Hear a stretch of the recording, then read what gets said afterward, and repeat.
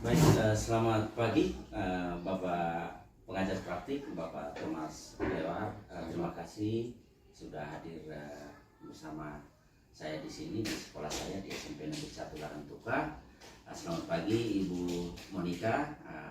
Terima kasih juga hari ini sudah bersedia untuk saya supervisi akademik. Tadi luar biasa Ibu tadi dalam pembelajaran. Saya bangga punya rekan guru yang punya motivasi yang tinggi untuk bersama-sama bergerak untuk berdampak. Luar biasa Ibu, sekali lagi terima kasih banyak. Pada kesempatan ini kita akan melakukan coaching di pasca observasi, coaching akademik di pasca observasi. Jadi tujuan dari pasca observasi ini kita mau melihat kembali, terkait refleksi atau umpan balik kita, sehingga kedepannya kita bisa pertahankan hal-hal yang baik, juga kita bisa tingkatkan yang menjadi kelemahan-kelemahan kita. Bagaimana Ibu, bisa ya? Oke, baik Ibu. Baik, saya melihat bahwa proses pembelajaran Ibu tadi itu luar biasa, apalagi di anak-anak usia kelas 7 ya. Mereka sangat aktivitas, mereka sangat aktif dan luar biasa.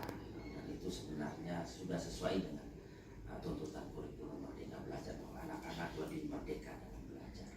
Untuk itu Ibu, itu dari saya, kembali lagi kepada Ibu, dari proses tadi dari awal hingga akhir tadi, kira-kira ada hal yang baru tidak yang Ibu alami dari proses tadi? Ibu punya perasaan seperti apa Ibu dari proses pembelajaran itu? Sebelumnya saya berterima kasih dulu untuk Pak Damsil yang memberikan kepercayaan kepada saya untuk menjadi contoh, untuk mengambil video pembelajaran saya ketika saya berada di dalam kelas, terkait dengan pembelajaran yang saya lakukan hari ini. Saya cukup puas. Selain cukup puas, saya sedikit bergembira bahwa hari ini yang selama ini saya beranggap bahwa anak saya, murid saya, siswa saya itu tidak bisa, ternyata bisa. Dengan model atau pembelajaran yang selama ini yang berpusat hanya pada diri saya berpikir bahwa memang siswa saya tidak bisa apa-apa ini, sehingga lebih banyak ke saya. Ternyata dengan hari ini saya menggunakan model pembelajaran yang berinovasi ini, saya melihat bahwa ternyata siswa yang saya anggap tidak apa-apa ini ternyata bisa. Ada kepercayaan diri dalam diri mereka. Terus saya melihat bahwa mereka punya antusias tinggi untuk mengikuti pembelajaran tadi. Jadi apa yang selama ini yang membuat saya mulai putus asa bahwa ini anak saya ini bisa atau tidak, siswa saya ini tidak, mereka dalam pembelajaran, kalau mereka menjadi manusia, mereka bisa atau tidak. Ternyata hanya beberapa jam saya bersama mereka dalam pembelajaran tadi, saya berpikir bahwa anak saya ini pasti bisa. Itu tergantung dari kita guru, bagaimana cara kita mengelola kelas, bagaimana kita menerapkan pembelajaran yang ada dalam kelas. Iya, memang setiap anak itu unik ya Ibu, lahir dengan kompetensi masing-masing, dan mereka memang butuh sentuhan sedikit saja dari guru, maka terjadilah seperti tadi. Jadi memang saya juga saksikan sendiri tadi, saya juga merasa bahagia sih melihat anak-anak sangat aktif dalam belajar. Baik Ibu, beberapa minggu yang lalu melalui pra observasi juga kita sudah melakukan coaching juga, dan waktu itu saya masih ingat baik bahwa nanti strategi yang akan digunakan oleh Ibu itu adalah melalui eksperimen, dan ternyata tadi sudah terbukti Ibu laksanakan, dan memang masih banyak yang lain, ada diskusi, terus ada presentasi kelompok. Nah ini luar biasa Ibu. Baik, kira-kira menurut Ibu dari strategi yang Ibu gunakan tadi itu tuh strategi selain itu tuh strategi apa lagi yang Ibu gunakan tadi dalam proses pembelajaran, sehingga betul-betul anak itu sangat tertarik dalam pembelajaran tadi? Di pembelajaran tadi, pendekatan atau strategi yang scientific dengan model pembelajaran discovery learning. Ya. Terus ada beberapa metode yang saya gunakan, ada metode ceramah, ada metode eksperimen, ada metode diskusi. Nanti setelah bukan mereka hanya bereksperimen dan berdiskusi saja, setelah itu ada lagi dengan mereka mempresentasikan hasilnya di depan. Dari pendekatan dari model sampai pada metode, bahwa luar biasa.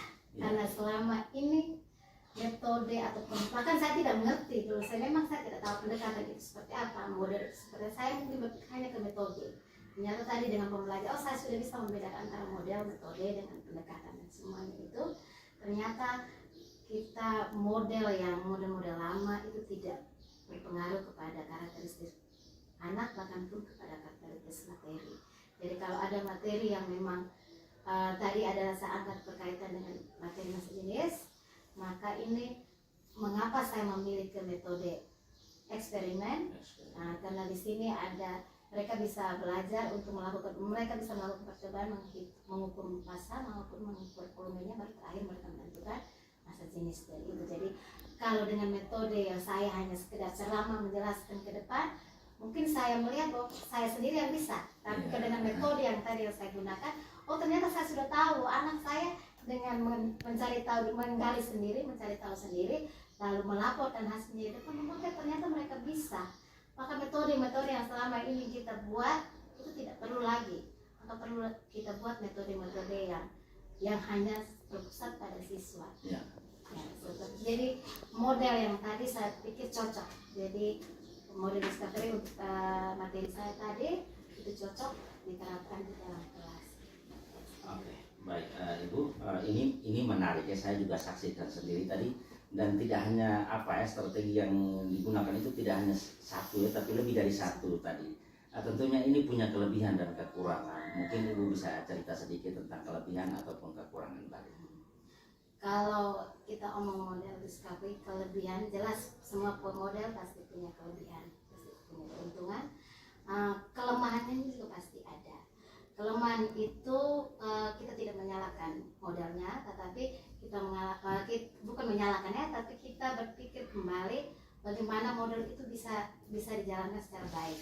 Ternyata tadi ketika digunakan di dalam kelas kita menemukan ada kelemahannya, bahwa kalau dengan jumlah siswa yang begitu besar 35, dan disarankan sekitar 24 jumlah satu kelas, ternyata sana tadi dengan 35. Sudah dengan 35 siswa kita bagi ke dalam bentuk kelompok. Tadi saya bentuk dalam 5 kelompok, dan fungsi kontrol saya tadi terkesan kurang. Mengapa? Karena mungkin tadi saya sudah mempersiapkan alatnya, tapi alatnya memang sudah terbatas, sehingga saya hanya terpusat atau saya hanya fokus pada satu kelompok, sehingga saya mengabaikan kelompok yang lain. Sehingga memang bagus sudah kita menggunakan model yang tadi, tetapi karena kelemahan itu bukan pada modelnya, tapi kepada pengelolaan kita, tergantung pada jumlah siswa yang ada di dalam kelas. Terus yang kedua, bagaimana saya guru pintar-pintarnya mengelola kelas, sehingga fungsi kontrol saya bisa terbagi untuk semua yang ada di dalam situ. Terus kelemahan yang berikutnya, karena kita membentuk kelompok, tentunya dalam kelompok itu ada anak yang aktif, tapi memang kebanyakan tadi banyak yang aktif.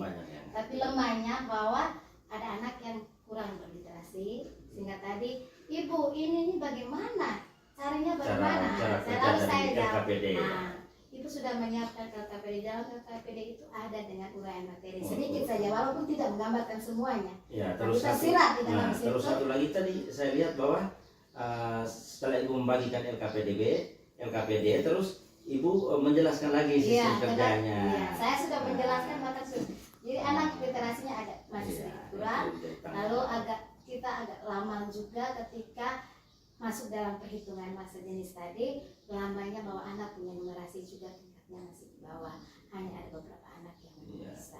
Memang mengapa saya tidak pernah menggunakan metode-metode yang seperti saya buat hari ini, karena saya sudah berpikir bahwa saya menjudge anak saya itu memang tidak bisa, sehingga selama ini saya dengan ceramah, saya pikir saya menjelaskan, sudah mereka dengar dan selesai.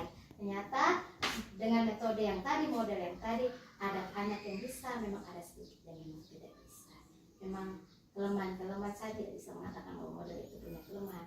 tergantung kembali pada kita yang menggunakannya atau mengelola. Juga soal apa ya, faktor lingkungan, soal sarana prasarana tadi.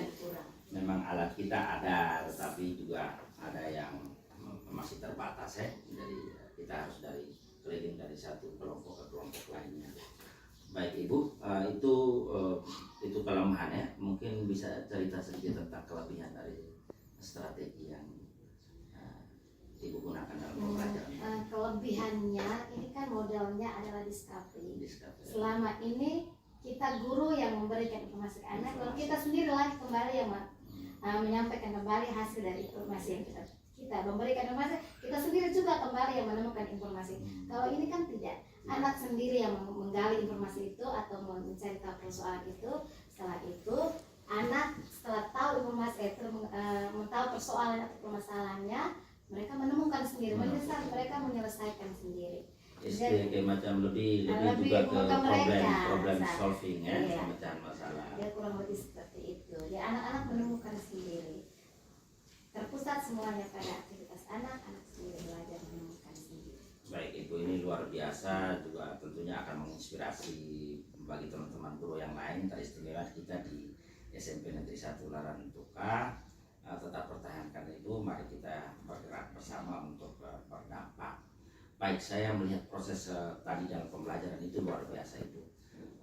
Untuk itu sebagai bahan refleksi, ketika saya kasih rentang ke Ibu dari level 1 sampai 10, kira-kira proses pembelajaran tadi itu, posisi Ibu itu berada di level keberapa posisi Ibu dari sebut saja kualitas pembelajaran yang didesain oleh Ibu tadi. Kalau saya tarik rentang penilaian dari 1 sampai 10 itu, kira-kira Ibu berada pada level keberapa, biar kita bisa tahu ke depan pemetaannya sebagai seorang guru.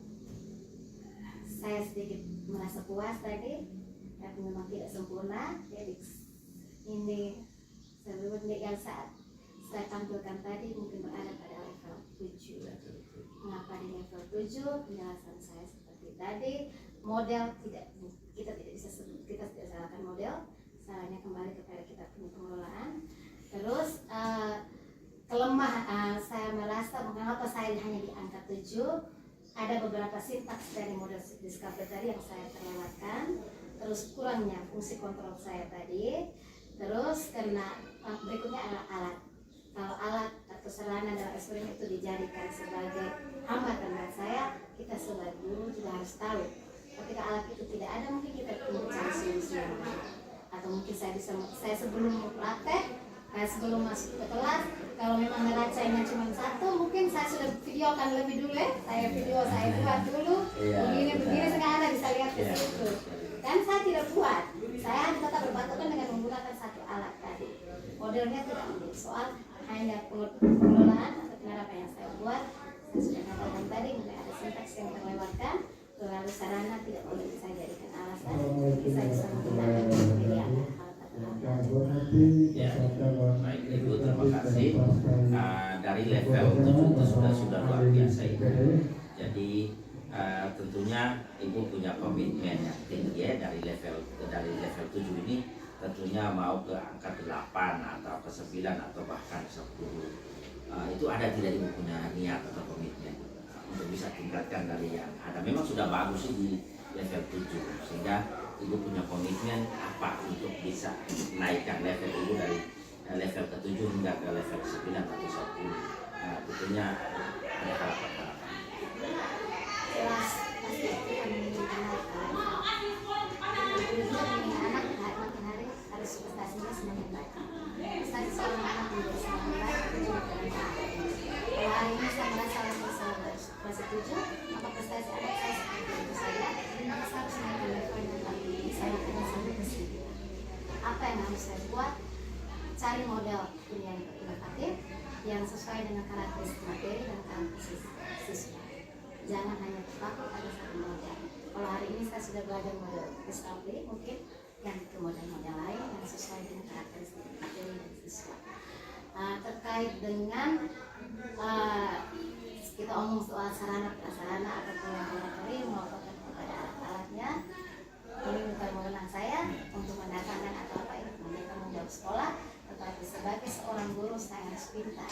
Ketika ada materi yang membutuhkan kita bereksperimen dan harus masuk ke dalam laboratorium, tetapi kita tidak memiliki laboratorium, kita bisa menggunakan media lain, bisa bawa anak lihat atau mungkin yang seperti tadi kita pakai video, saya video terlebih dahulu atau bagaimana. Intinya bahwa saya guru harus membangun mereka, saya makin hari harus semakin baik, harus semakin baik, sehingga menghasilkan output baik. Ya, jadi itu luar biasa Ibu, itu juga menjadi harapan kita bersama. Bahwa siswa juga hari ini harus berubah dari hari kemarin, tentunya guru juga begitu. Baik Ibu, tentang komitmen ini, mari kita sama-sama bangun terus. Kalaupun ke depan kita bisa buka ruang diskusi terus, ada kendala pada Ibu atau juga ada pada saya, kita mari diskusikan sama-sama sehingga bulatkan komitmen ini tidak hanya di supervisi saja, tapi di pembelajaran selanjutnya tanpa supervisi pun kita gunakan strategi yang sama untuk lebih berpusat pada murid dan tentunya menjawab tuntutan kurikulum Merdeka Belajar. Sekali lagi terima kasih banyak Ibu untuk waktu, untuk ruang, untuk kesediaannya hari ini. Terima kasih banyak sekali lagi Bapak Thomas selaku pengajar praktik saya di calon guru penggerak angkatan 8 Kabupaten Flores Timur. Sekali lagi terima kasih banyak sudah meluangkan waktu dan sudah bersedia hadir bersama-sama dengan rekan hebat saya Ibu Monika Kedar, Ibu IPA SMP Negeri 1 Langan Kota. Mungkin 1-2 kata penanggapan atau titipan satu dua kesan terkait kegiatan kepada Bapak pengajar praktik, saya persilakan. Terima kasih Pak Damsil, Ibu Monik, kita bertemu di sini bertiga. Ya. Jadi mulai kegiatan ini sebenarnya hanya coaching dari proses pembelajaran Ibu sudah jalankan. Nah, secara umum coachingnya sudah berjalan bagus. Ya. Dan ini kita belajar. Jadi tidak bisa kita mengatakan bahwa saya coaching dengan sempurna.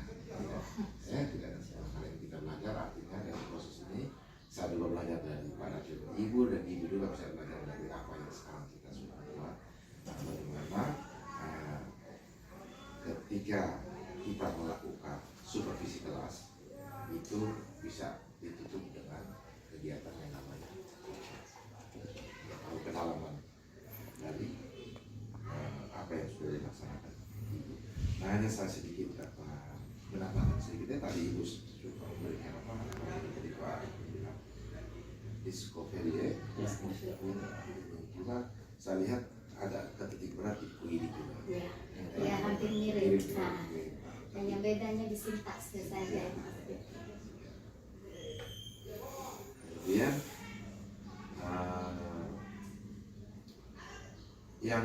yang kedua ini artinya yang dibuat oleh Pak Damsil ini bisa Ibu bisa membantu untuk teman-teman yang lain. Jadi ketika teman-teman membutuhkan masukan dan segala macam, ya mungkin Ibu juga bisa melakukan proses ini. Tanya apa yang dia mau, apa yang dia inginkan, komitmennya seperti apa, kemudian perubahan apa yang mau diinginkan dan kapan dia melaksanakannya. Bisa jadi coach, iya, coach bagi yang lain, coach bagi coaching. Teman guru yang lain itu bisa Ibu akan Ibu bisa ikut. Oke, hanya demikian Pak Damsil, terima kasih sudah berjalan bagus. Ya tinggal dikembangkan untuk kegiatan selanjutnya. Oke, baik Bapak pengajar praktik Bapak Thomas Lewat, terima kasih untuk peneguhannya. Sekali lagi terima kasih banyak dan harapan kita bertiga dan juga teman-teman semua hal-hal seperti ini bisa kita memberi inspirasi bagi guru-guru yang lain, dan ini tidak hanya coaching akademik seperti ini tidak hanya terjadi di kita bertiga saja, karena untuk memajukan pendidikan di Flores Timur ini tentunya kita juga butuh banyak guru yang terlibat semacam coaching akademik ini. Jadi sekali lagi terima kasih banyak Ibu Bapak pengajar praktik. Mohon maaf jika ada kata atau kalimat saya yang kurang berkenan. Pada kesempatan ini saya mengucapkan permohonan maaf dan sekali lagi terima kasih.